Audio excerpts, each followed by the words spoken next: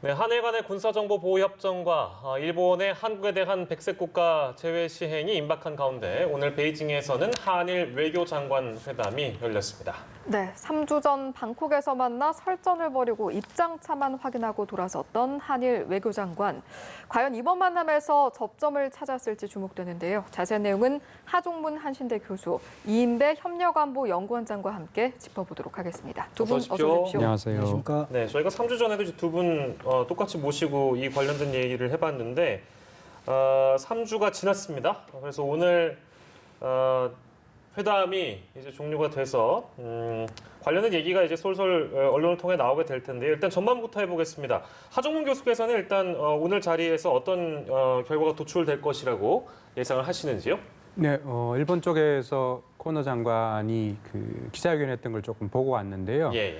그 안에서 나왔던 얘기는 일단 양국이 현재 강제동원 재판을 둘러싼 양국의 입장차라고 하는 것이 최대의 현안이다라는 점에서 일치했다는 얘기가 있었고요. 또 하나 부분은 그보다 더 중요한 게 문제는 예상을 포함해서 현재의 외교 당국자들이 의사소통을 확실히 하고 문제 해결을 같이 도모해 나간다. 그러니까 이 얘기가 있었거든요. 그러니까 저는 그 부분에서 주목한다면 3주 전에 방콕에서의 회담과는 전혀 다른 분위기라고 볼 수 있습니다. 좀 분위기가 나아졌다고 우리 기대할 수 있는 그렇게 겁니까? 기대할 수도 있을 것 같습니다. 시간은 물론 35분 정도라서 어제 일본 신문에서 얘기했던 대로 30분 결국에는 5분밖에 못 넘기는 굉장히 짧은 시간이었습니다만 뭐 지금 현재 정황으로 볼 때 30분을 넘겨서 더 많은 화제가 있었을 거라고 생각되지는 않고요.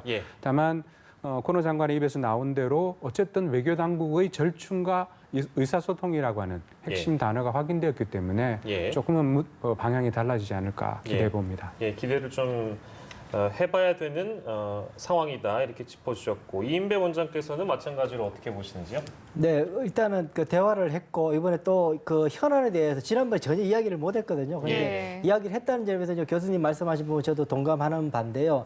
보면은 이제 고노 외상이 하는 말이 그 말이거든요. 징용경 문제에 대해서 이게 가장 핵심적인 문제다라고 거기에 대해 동의했다라고 이야기를 하는 부분 있잖아요. 그 문제는 시작은 사실 한국 정부에서 대법원 판결로부터 일본의 반발로부터 시작된 거였거든요. 그렇게 본다면 여전히 그 문제에서는 우리 한국 정부도 입장을 변경하기 어려운 부분이고 일본도 거기에 대해서는 입장을 바꾸긴 하기 어려운 부분이라서 여전히 그 부분이 남아 있다라는 생각이 들고요. 그럼에도 불구하고 이제 외교 당국자 간의 회담에 통해서 계속 이 이야기를 이어나가자 했던 부분은 어쨌든 대화는 중요하거든요. 그런 의미에서는 한 발짝은 아닌 것 같고요. 제 생각에는 반발짝적으로 좀 갔다라는 저는 생각은 좀 듭니다. 그래도 어느 정도의 진전은 있었다라고는 두 분 모두 공감을 하시는 부분인 것 같습니다.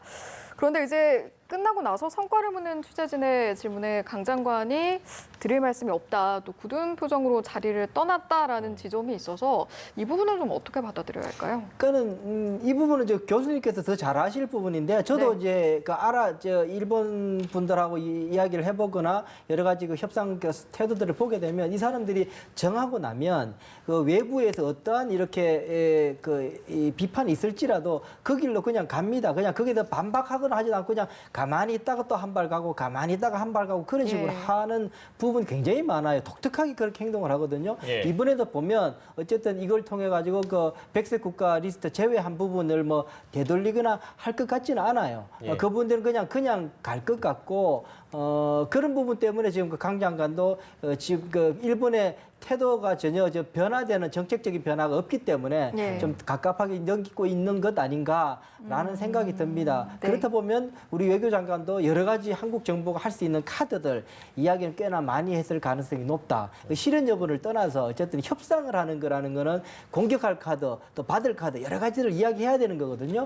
그렇다고 하면 우리로서도 한국 정부도 일본에 대해서 그렇다면 우리는 이런 조치도 고민하지 않을 수 없다라는 쪽 이야기들 또 했을 가능성이 있어서 분위기가 좋지 않았다라고 보여주는 부분이죠. 알겠습니다. 조금 전에 이제 한일 외교장관 회담이 끝났습니다만 오전에는 또 한중일 외교장관 회담이 있었습니다. 이 자리에서 사실은 이제 중국이 중재자로서의 역할을 해주면 어떻겠는가 이런 이제 전망도 미리 있었는데 그 당시에 이제 중국에서 뭐 한일 양국이 배려 속에 해법을 찾았으면 좋겠다 이런 정도 입장은 밝힌 것 같습니다. 꼭 오늘이 아니더라도 향후 중국이 중재 중재자로서의 역할을 좀 해줄 수 있을까요? 어떻게 보십니까? 이번 외상회담에서는 그 눈에 띄는 언급이라든지 적극적인 액션이 있었다고 보이지는 않고요. 예. 아까 말씀하신 대로 그 특히 왕이 장관이 얘기했다고 하는 자유무역에 대한 언급은 지금 이제 중국하고 미국 사이에도 걸려 있는 현안이기도 하고요. 그러니까 이 점에 대한 언급은 그러니까 두 가지 일본과 미국에 대한 견제구의 역할을 한다고 볼 수 있겠습니다만 예. 적어도 지금 시점에서 외상회담에서 중대한 변화를 이끌어내는 뭐 계기를 확인할 수 있다. 이건 좀 기대하기 어려울 것 같습니다. 다만 새 장관이 만나서 지금 현재 12월 달에 있을 거라고 얘기되는 그러니까 베이징에서 열릴 한중일 정상회담 그러니까 그거에 대한 사전 정지 작업의 의미도 있거든요. 예. 그러니까 그렇게 보자면 향후에 실무급 회담에서 중국의 중재 역할의 여지는 있겠습니다만 예. 이번 어제 오늘의 회담에서 눈에 띄는 변화가 있었다. 특히 중국의 역할이 기대되는 만큼은 저는 아니었다고 보여집니다. 예. 그렇다면 이 부분은 어떤지 좀 여쭤보고 싶은데 뭐 당장 중국이 중재자로서 뭐 강한 역할을 하진 않더라도 중국이 중재자로서 나섬으로써 미국에서 좀 더 적극적으로 나설 수 있는 어떤 촉진제 역할을 할 수는 없을까요?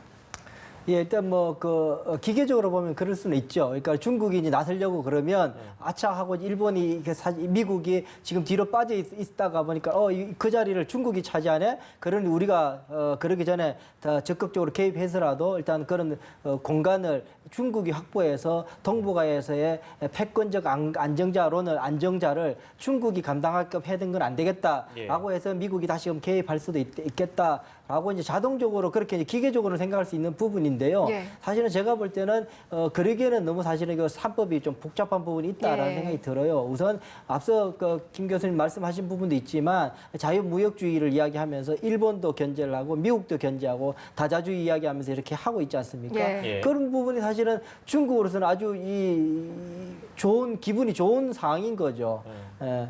그런 상황이 있고 또 하나는 만약에 이런 상황에서 한국이 조금 불편한 상황에서 중국이 한국에 힘을 실어준다 그러면 그 다음에 한국과 미국 간에 앞으로 있어야 할 여러 가지 안보 협력 문제에 대해서 대단히 어려운 짐을 지게 됩니다. 한국은.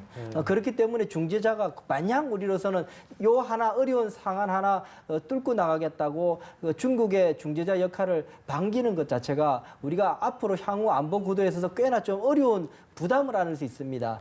그 부분들을 우리가 어떻게 해결할 것도 좀 찬찬히 뚫어보면서 봐야 될 부분이라서 예. 마냥 즐거워할 필요는 없습니다. 예. 알겠습니다. 자, 그리고 문재인 대통령의 광복절 축사는 두 분께서도 다들 이제 들어보셨을 텐데 일본 쪽에서도 해석하기로는 이건 뭐 어떤 측면에서는 이제 대화 기조라고 해석하는 네. 분위기가 좀 지배적인 것 같아서 그래서 혹시 일본이 최근에 있었던 포토레지스트를 두 번째로 또 수출을 허가해주고 그것이 어떻게 보면 좀 더 이런 상황을 긍정적인 방향으로 타개해가는 어떤 시그널 아니냐라고 네. 분석하는 시각들이 좀 있네요. 그건 어떻게 보십니까? 뭐 그렇게 볼 수 있는 여지가 전혀 없다고 하긴 어렵겠지만 예. 과연 그러면 지금 현재 포토레지스트리 2건을 가지고 예. 수출 규제 자체에 대해서 일본 정부가 굉장히 전향적인 움직임을 보인다라고 보기는 어려울 것 같습니다. 예. 원래 얘기했던 대로 백색 국가가 아닌 통상적인 수출에 대한 절차를 밟아 나가는. 네. 그러니까 지금 30일 걸려서 한 건이 나오고 50일 걸려서 한 건이 지금 나왔지 않습니까? 네네네. 그러니까 이 정도면 일본이 다른 나라, 그러니까 백색 국가 외에 타이완이라든지 이런 나라들과 하는 통상적인 절차에 따른 결과라고 보여지거든요. 예. 그러니까 거기에 대해서 일종의 외교적인 고려가 있어서 한국에 대해서 삼성전자에 대해서 특별히 2건을 허가했다. 이렇게 보기에는 대단히 어려울 것 같습니다. 예. 그냥 절차상으로 현재와 같은 시점에서 나왔다라고 보는 것이 예. 정확할 것 같고요. 단지 예. 이거를 가지고 우리가 지금 현재 외상회담에 대한 기대라든지 예. 아니면은 28일 날 있을 백색 국가에 대한 최종적인 결정에 대한 얘기들 이런 것들에 영향을 미칠 거라고 예상하는 것은 굉장히 성급하다고 보여집니다. 예, 네. 조금 순진한 생각이라고 보면 되겠습니까?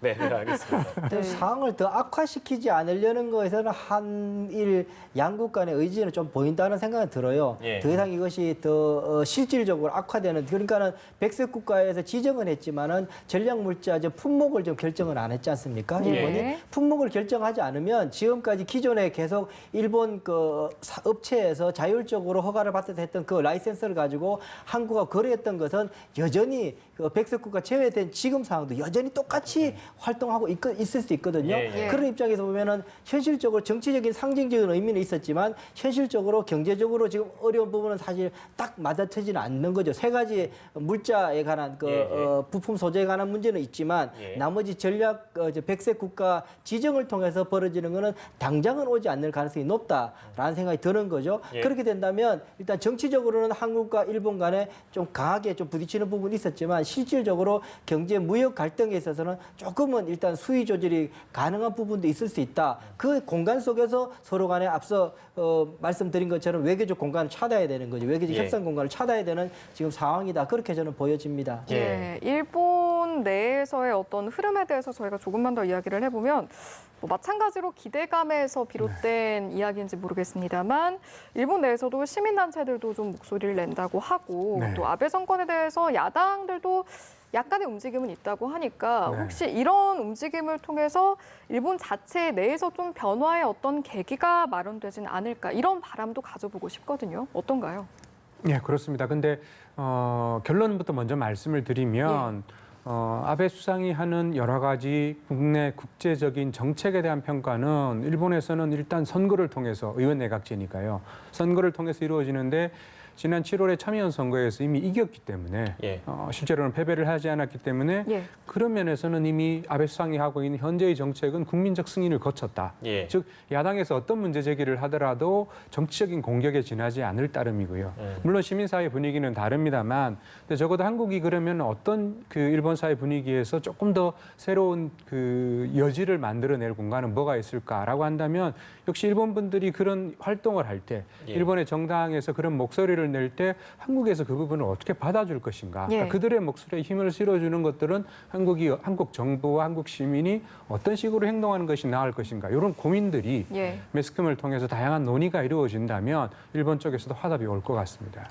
일본 내의 분위기 저희가 다시 한번 짚어봤고 저희 지소미아 얘기를 좀 해보도록 하겠습니다. 오늘 두 외교장관이 만나가지고 이거와 관련된 얘기가 분명히 나왔을 거라는 예상은 듭니다. 물론 그거와 관련돼서는 지금 아직 저희가 정확한 내용을 지금 접하진 못해서 지금 당장 얘기를 할 수 있는 부분은 많이 없습니다만 우리 정부가 지금 현재까지 갖고 있는 어떤 지소미아 어떤 폐기에 대한 논의 진행 과정이랄까요? 어디까지 갔다고 우리가 좀 봐야 될까요? 전략적 모국성에 대한 얘기는 많이 나와서요.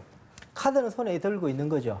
일단 이 카드를 이제 쓸지 안 할지는 그 다음에 문제인데 일단 그 카드를 내가 들고 있다라는 것을 일본에게 끊임없이 지금 계속 보여주고 있는 이 형국이다 저는 보여집니다. 그 이야기는 앞서 제가 말씀드렸지만 우리 강 장관이 이 고노 외상을 만나서도 아마 우리가 내놓을 그 카드들, 협상 패들, 공격할 수 있는 카드들도 여러 가지를 이야기했을 거다라고 제가 그냥 그까지만 이야기했는데 저는 그 중에 하나가 지소미아일 가능성도 대단히 높다라는 생각이 드는 거죠. 그렇다면 우리도 지소미아를 우리가 심각하게 고민하지 않을 수 없다라는 말은 했을 겁니다. 그걸 이제 쓸지 않을지는 그 다음에 문제인데요. 어쨌든 그렇게라도 상황이 분위기가 워낙 좀 안 좋은 상황으로 외교장관 회담이 이루어졌으니까 그 정도까지는 했을 가능성이 높다라는 생각이 일단 들고요. 그럼에도 불구하고 지소미아를 파기하는 거는 여러모로 좋지 않습니다. 좋지 않은 이유가 뭐냐면 우선 첫 번째로는 한간에서는 한미일 군사 정보 교류 약정이 있기 때문에 굳이 한일 지소미아가 필요하냐라고 이야기를 하는데요. 약정이었거든요. 한미일 간에는 군사 정보 교류 약정이었어요. 차관이 서명한 거였어요. 지소미아 한일 간에는 장관급에서 국무회담을 통해서 만들어진 것이고요. 그 말은 무슨 말이냐면 국제법적으로 훨씬 더 높은 수준의 서로 간의 의무와 책임과 요구 사항을 가질 수 있다라는 이야기가 되는 거죠.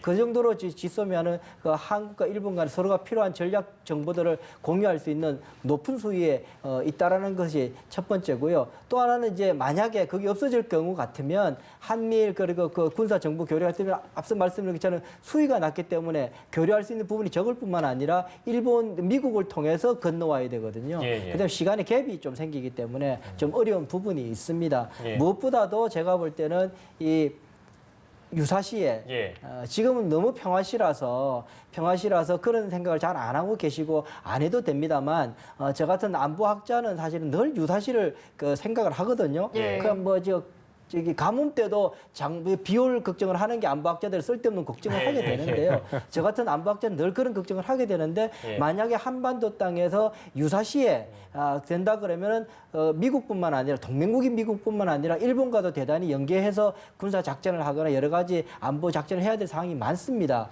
그런 상황에서 지금 일본하고 유일하게 제도적으로 묶여 있는 군사적인 끈은 지소미아밖에 없어요. 그러다 보니까 그때를 사용해서라도 우선은 좀 저거 자체를 파기하는 거는 조금 우리로서도 좀 심각하게 조금 조심해야 될 부분이다라는 생각이 저는 듭니다. 네네.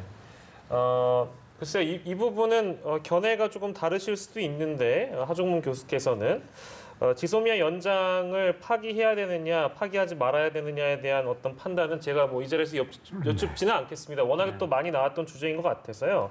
근데 하지만 이런 보도가 있어서 청와대가 이르면 내일쯤에 이거를 혹시나 뭐 연장할 것이다라는 연장 여부에 대해서 발표할 거란 보도가 나와서 혹시나 근데 이거에 영향을 미칠 만한 변수 같은 것들이 있다고 우리가 봐야 되겠습니까? 어떤 변수들이 있을까요? 있다면?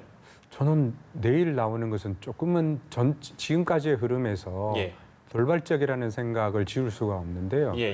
24일 날 한국 정부가 아무런 엄명을 하지 않으면 자동으로 연장이 됩니다. 그런데 22일 날 연장 아니면 폐기에 대한 얘기를 이틀 앞당겨서 한다라는 것 자체도 굉장히 시간상으로도 그렇고요. 그다음 오늘 일본에서 코노 장관이 아까 말씀드린 대로 기자회견을 하면서 지소미아 얘기를 기자가 질문을 본인이 먼저 얘기를 했군요. 했을 때 내용은 있었지만 언급할 수는 없다라고 얘기했고 회의 중에 나왔다 그랬습니다. 회담 중에. 근데 그 얘기는 아마 강 장관께서 그런 얘기를 언급을 했을 것 같아요. 적어도 지소미아의 존립 근거를 지금 현재 일본이 제기하는 여러 가지 문제 제기 부분은 사실은 이게 왜 필요한지에 대해 심각한 회의를 가지고 있다 정도의 언급은 했을 것 같습니다. 근데 이 문제는 하겠다 하지 않겠다의 얘기는 아니고 아까 말씀드렸던 전략적 모호성이나 활용 카드로서의 측면을 내비친 것이라고 본다면 내일 당장 그 얘기가 있었는데 다시 연장을 하고 안 하는 거 아무런 변화가 없는데 그 부분을 발표하는 것은 저는 안 맞다고 보여지는데요. 조금은 이 보도 자체가 일각에 있었던 이 보도 자체가 조금은 뜬금없는 보도처럼 여겨진다는 말씀이신 것 같네요. 그런 보도가 있어서 저희가 잠깐 짚어보긴 했습니다. 이르면 내일이란 보도가 있었는데 뭐 혹시나 있을지 모르는 그런 상황에 대비해 질문을 드려봤고요. 오늘 이 시간 여기서 마무리하도록 하겠습니다. 오늘 두 분과 함께했습니다. 하종문 한신대 교수, 이인대 협력안보연구원장과 이 시간 함께했습니다. 두 분 고맙습니다. 고맙습니다. 감사합니다. 고맙습니다.